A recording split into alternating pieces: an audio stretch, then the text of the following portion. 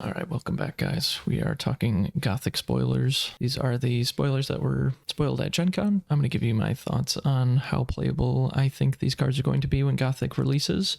For limited specifically, I'm not talking constructed, just limited. Necromancer is first, so this is very exciting. We have a new avatar. 20 life, 1 power, as expected. Tap, player draws sight. Once on your turn, you may pay 1 to summon a skeleton token here. So I guess I should show, these are the skeleton tokens. So they are 1 power ordinary undead, and they can't move to defend. So they can, I assume, intercept, and they can defend on the site that they currently are, but they can't move to adjacent sites to defend. But importantly, they're undead, and they can attack, and they can kind of block. They're basically just foot soldiers with slightly less utility, but also they're undead, which is very important. Like we've seen that exceptional earth minion that gives +1 power to nearby undead. So right away, the fact that they're undead is very important. So this is pay 1 mana every turn to make a 1 power minion.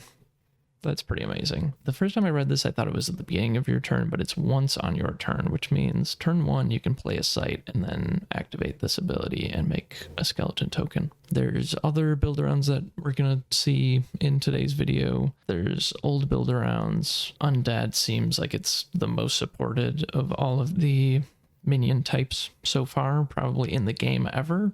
So that's very exciting. Very into Necromancer. So in order to get 1 card of value out of this, because you have to replace Spellslinger with this, you're going to start with 3 cards instead of 4 cards. So is it worth it? Are you going to get a full card worth of value out of this? And I think you will. So turn 1, you're basically always activating this and getting a foot soldier, or a skeleton, I should say. And then basically any turn after that you're not using all your mana, you just get a skeleton. I mean, they all start at the Necromancer's location, but I think that's pretty amazing. Like, I'm pretty into this, so I'm giving this a B-. I'm probably going to take this pretty early, and I'm giving it a B- just on rate. But I think if you build around this and you have actual synergies with the skeletons, then this is easily like an A-level card. So very excited about this. I hope it's actually in booster packs. It's not just in precons or something weird like that, or it's like one of the box toppers like we had for Druid. Skeleton tokens, and then next we have Novice Necromancer.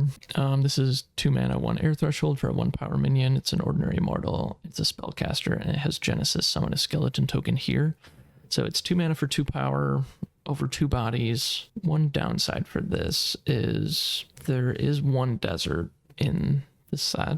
I'm assuming it's the only desert, so it's not going to come up all the time, but there might be other ways to just deal 1 damage to everything on a site, and that will make it so that it being 2 1 power bodies instead of 1 2 power body is going to be a downside, but I think most of the time this is actually going to be an upside. This means that you have 2 jump blockers. It's a spellcaster. I mean, this just does a lot of things for 2 mana, so it's not bad on rate just by itself. So I'm going to give this a C+. I think you're going to play it most of the time. I'm not that excited about it. Like, it's C+, kind of trending on C, but if you build around it and the fact that you have an undead for your 2-drop matters, then this is going to be a pretty nice one.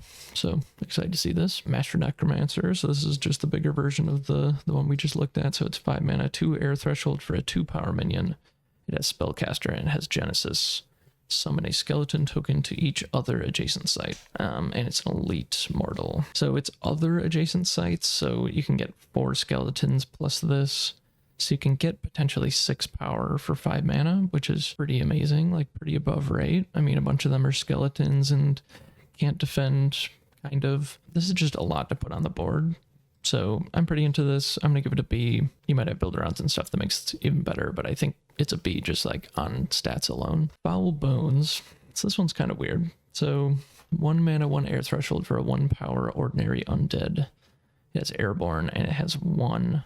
You can pay 1 mana to sacrifice a skeleton token. Summon Fowl Bones from your cemetery there. So if this is in your graveyard, you can pay 1 to reanimate it by sacking a skeleton token. So it's kind of cool. Like, you can attack with your skeleton token and then sacrifice it to summon this. And this could even be like summoned onto your opponent's sites. I guess first I should say 1 mana, 1 power airborne is like a D-. Like, that card is absolutely horrible. But the fact that you can maybe recur this a couple times bumps it up a little bit, but I don't really think it bumps it up very much. So I give it a D-. if you have no way to build around it and actually reanimate it, which you probably do because you're in air. And if you have a bunch of ways, like it's trivial to bring this back multiple times in a game, maybe it's like a C-, but honestly, I'm closer to like D+ at that point. Like I still don't really want this because even if you're reanimating it over and over, like it still doesn't affect the board. And that's the main thing that brings the grade of all the 1 power minions down, is they just don't really attack or block effectively. And that's just kind of what you need. Like you need to be able to get a 1-for-1 with this at least, and that's just not going to happen very often. Bone Spear is a 1 mana, 1 air threshold ordinary magic, and it says sacrifice an undead to shoot a projectile from its location to deal 3 damage. The skeletons are undead. That's what you want to sacrifice with this. Again, assuming that you have skeletons kind of at a super low cost. Like I think a skeleton's gonna be worth maybe 1/3 of a card. So you're kind of spending like 1 1/3 of a card and 1 mana to deal 3 to hopefully kill something that costs more than it. So it's like a good tempo play. It is good removal. Like 3 damage is an important amount. Like it's kind of a lightning bolt. And the fact that you can shoot the projectile kind of from a pretty good location most of the time. Like you can just move your skeleton and then sacrifice it. You know, like other projectile spells, you have to move your avatar, which means you're not tapping for a site or something. So that's pretty nice. So you can't really play this without a bunch of ways to have undead, but air is the element that just has tons of undead. So you probably are going to have a bunch. So again, if it's trivial for you to have at least 1 or 2 undead on board most of the time, and they're skeletons, then I give this like a C+, which is I think a bit lower than most people will probably put it, but you just don't want too many of these effects in your deck. So I'm going to take it a little bit lower. Like Apprentice Necromancer is pretty nice. Like it's ordinary, it gets you a skeleton,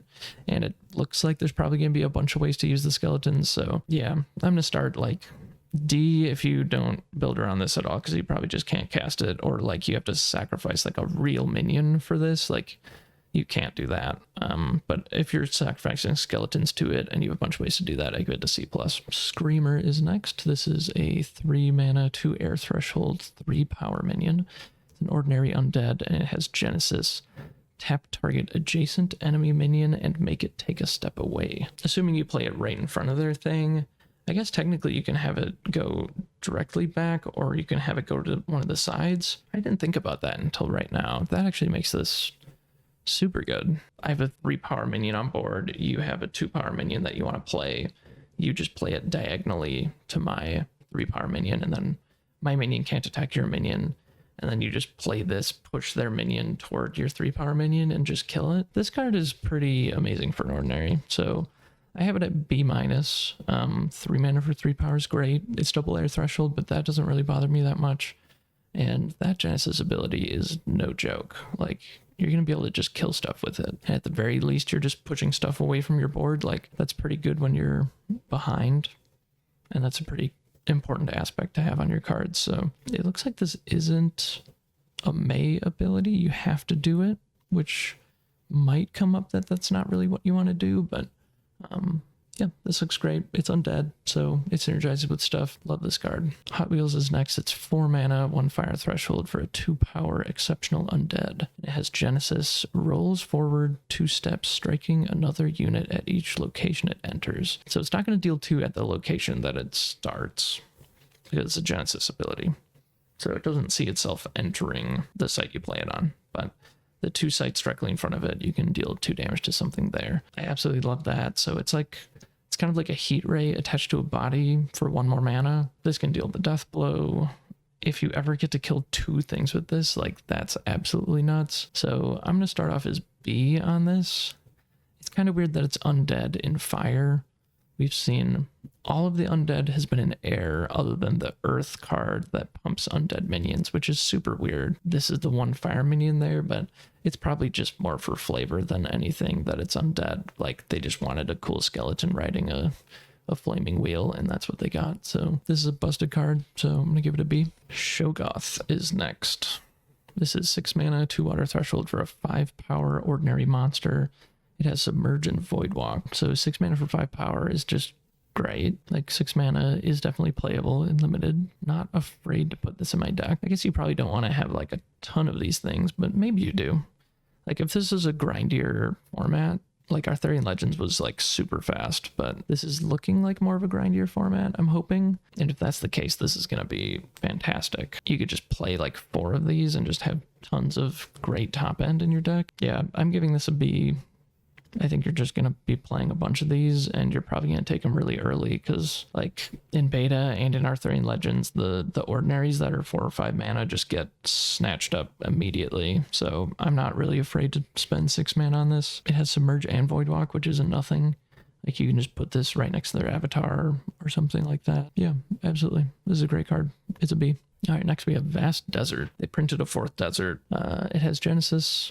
Deal 1 damage to each minion atop target nearby site. So this is gonna completely hose some of the undead. So right away we know that this card's gonna be great. We've seen it in beta. It was great in beta. There were some good 1 power minions in beta that just got completely wrecked by this card. So, and by the way, when you play this to kill a 1 power minion, that's not a 1-for-1. It's a 0-for-1. So yeah, this card's just gonna be amazing. I give it a B-. And then we have Darkest Dungeon. This is a unique site and it provides no threshold. I think we confirmed there were some different pictures. I think the picture that I took didn't look as nice, but you could see that there wasn't threshold. It has Genesis. The next time an ally strikes an avatar this turn, drag both here. I give this an F. It doesn't provide threshold, and I don't think the effect on this card is really worth not having a threshold on your site, so I'm probably never going to play this. And then we have Goth Finwife, which is questionable. I don't know why we're getting a functional reprint of a card this early, and this is the only one so far. So it's 2 mana, 1 water threshold for a 2 power ordinary merfolk with Submerge, and it provides 2 mana for each nearby enemy avatar. So we saw this in Arthurian Legends, and it wasn't very good. I gave it like a C, I think, in our set review, but I think realistically it's probably more like a C-. It's not a monster, so I don't know why it's really in the set, but here we are. We have a Goth Finwife. It's great flavor. I mean, it goes with the Gothic, the flavor, so it's a sad fish, and I mean, it's got these nice puffins, and I don't know, is this Goth Finwife's daughter, maybe? That's a nice little cameo. So honestly, like the skeleton mechanic is probably the thing that I'm most excited about. I've been asking for build-arounds and ways to support the build-arounds, and this is an amazing way to support the build-arounds that I'm talking about. So love the skeletons. Really cool that there's a necromancer that can just pump them out every turn. Kind of funny to know, like, we don't actually know what rarity that avatar is going to be at, but I'm assuming it's an elite. Eric's Curiosa is doing a great job with Gothic from what I can see. I'm really excited.